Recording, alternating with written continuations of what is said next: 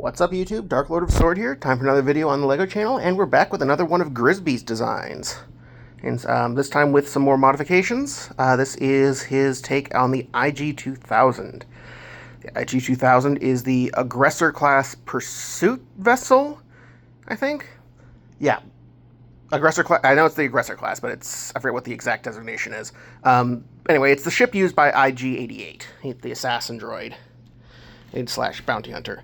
So I want to start off with saying that I think overall captured the design really, really well. There are a couple of things that I had to change, either because they were non-functional or just did not work.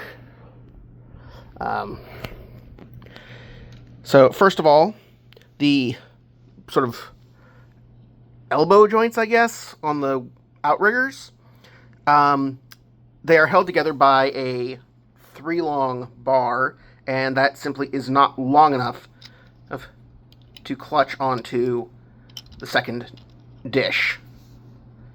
So that's getting replaced with a 4-long, which I just don't have any at the moment. The other problem that I had was that Grisbee initially designed these. So let me go ahead and pop one of the arms off here. So they use this buildable figure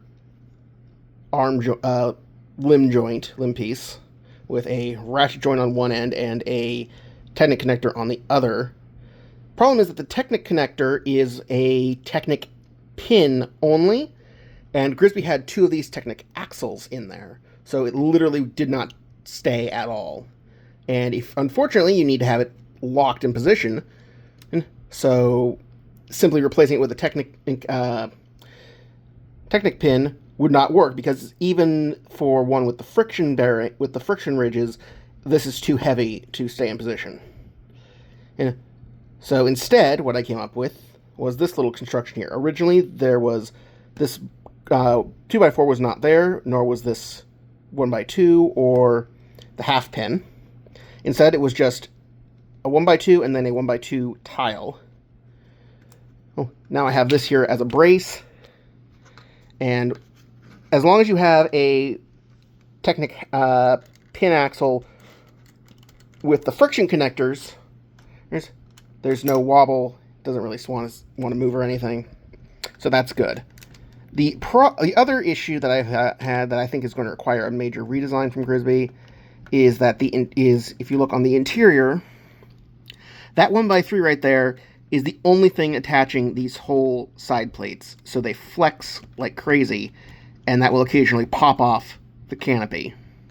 The canopy, if I can get a look here, the canopy the cockpit is large enough to fit one of the Battle Droid Body IG-88 or IG Droid figures.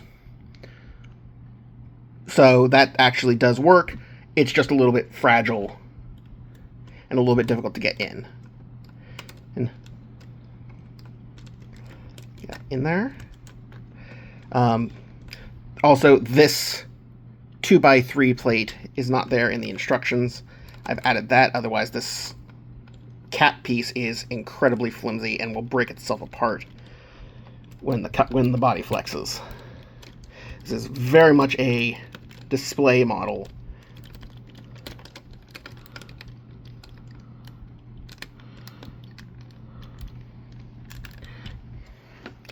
And then this tile goes on there.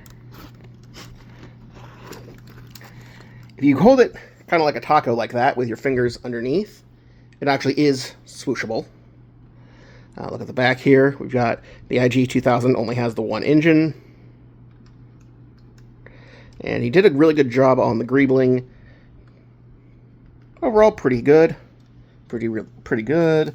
There is one more detail here. The cockpit, there's supposed to be a pair of... Really? There's supposed to be a pair of 3-long bars there to make the cross piece over the bottom.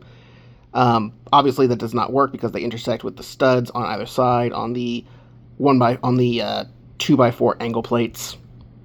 So that's going to need to get changed. I've suggested to Grisbee using the 2 long bars with a stop ring. It doesn't look quite as good, but it works.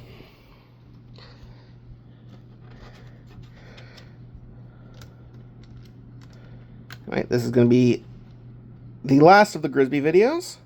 Thank you very much for watching. I'll catch you in the next video. Dark Lord out.